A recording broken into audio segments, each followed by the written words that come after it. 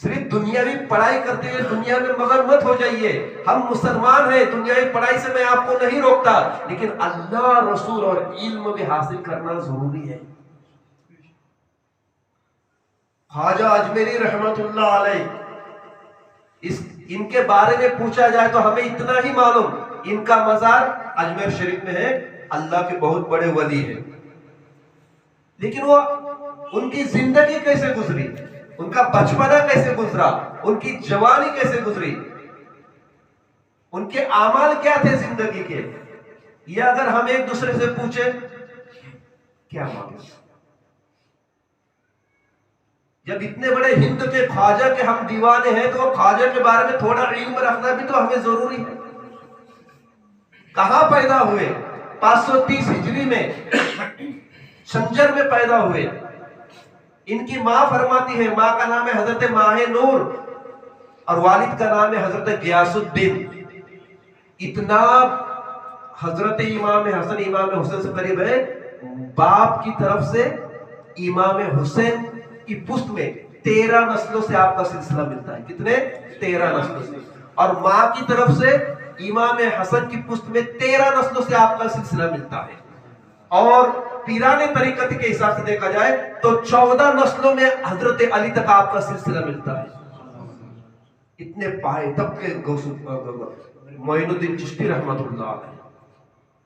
आपकी अम्मी फरमाती है कि जब मेरा बच्चा शिकम में आया तो मुझे अजीब वो गरीब ख्वाब नजर आने लगे और मेरे घरों में खैर व बरकत आने लगी, दुश्मन भी मुझे दोस्त नजर आने लगे।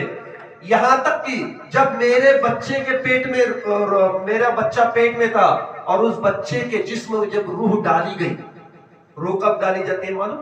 4 साढ़े 4 साल का होने के बाद, महीने, माफ कीजिए, महीना, 4 महीने के बाद रूह डाली जाती है। हजरत माहे नूर कहती है कि जब मेरे बच्चे के जिस्म में रूह डाली गई तो मैं आधी रात से लेकर सुबह फजर तक मेरी पेट से सुभान अल्लाह, अल्हम्दुलिल्लाह, अल्लाह अकबर की आवाजें आती, तस्बीह, तहलील और तकबीर की आवाजें आती। मेरा बच्चा मेरे पेट में अल्लाह का जिक्र करता।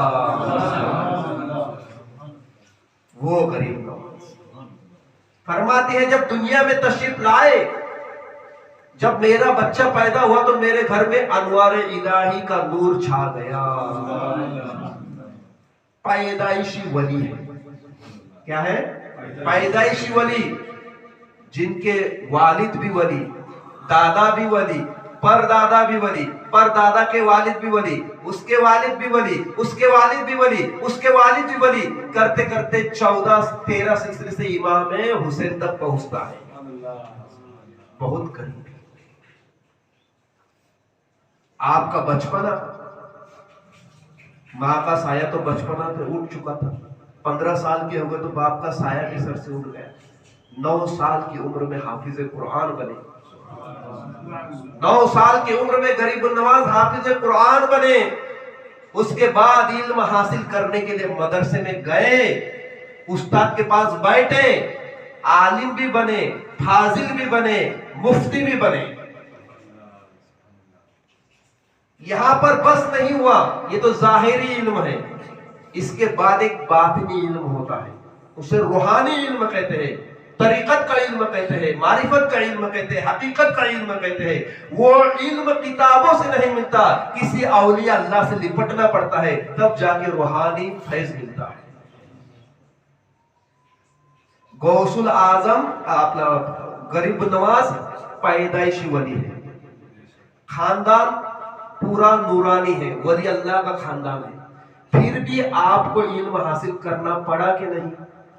मदरसे में जाना पड़ा, आलिम फाजिल बनना पड़ा, मुफ्ती बनना पड़ा, हाफिज बनना पड़ा। तो जो आजकल के जाहिल पीर होते हैं ना, जाहिल पीर बहुत है दुनिया में, वो सर्रास कहते हैं हमें किसी मदरसे में जाने की जरूरत नहीं, हमें किसी से पढ़ने की जरूरत नहीं, हम पढ़े पढ़ाए हैं। पढ़े पढ़ाए वाला कभी कहेगा हम पढ़े पढ़ाए हैं? ये जाहिल लोगों की बोली है, जो होगा वो बोलेगा नहीं। तो उनसे एक ही सवाल मैं करना चाहता हूं, मेरे गरीब नवाज पैदाइशी वली है, क्या तुम पैदाइशी वली हो? नहीं। मेरे गरीब नवाज का पूरा सिलसिला इमाम हसन इमाम हुसैन से मिलता है, क्या तुम्हारे बाप दादा का सिलसिला इमाम हसन हुसैन से मिलता है?